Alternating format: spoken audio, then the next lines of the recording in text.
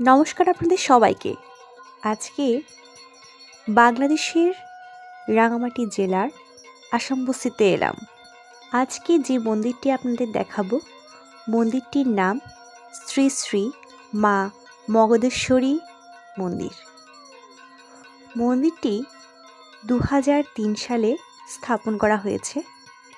শ্রী শ্রী কৈবল্যকুঞ্জ রাম ঠাকুর মন্দির পরিচালনা কমিটি মন্দির নির্মাণে বাস্তবায়নে কাজে সহায়তা করেন।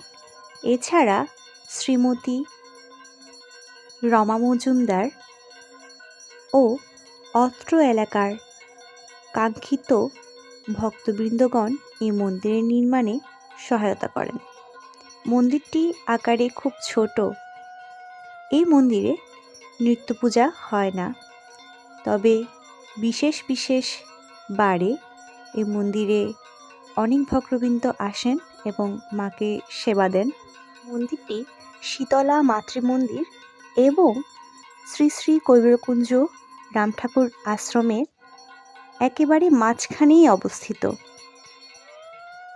আর এটি মন্দিরের গেট। আপনাদেরকে অনেক ধন্যবাদ ভিডিওটি দেখার জন্য। ঈশ্বর আপনাদের সহায় হোক।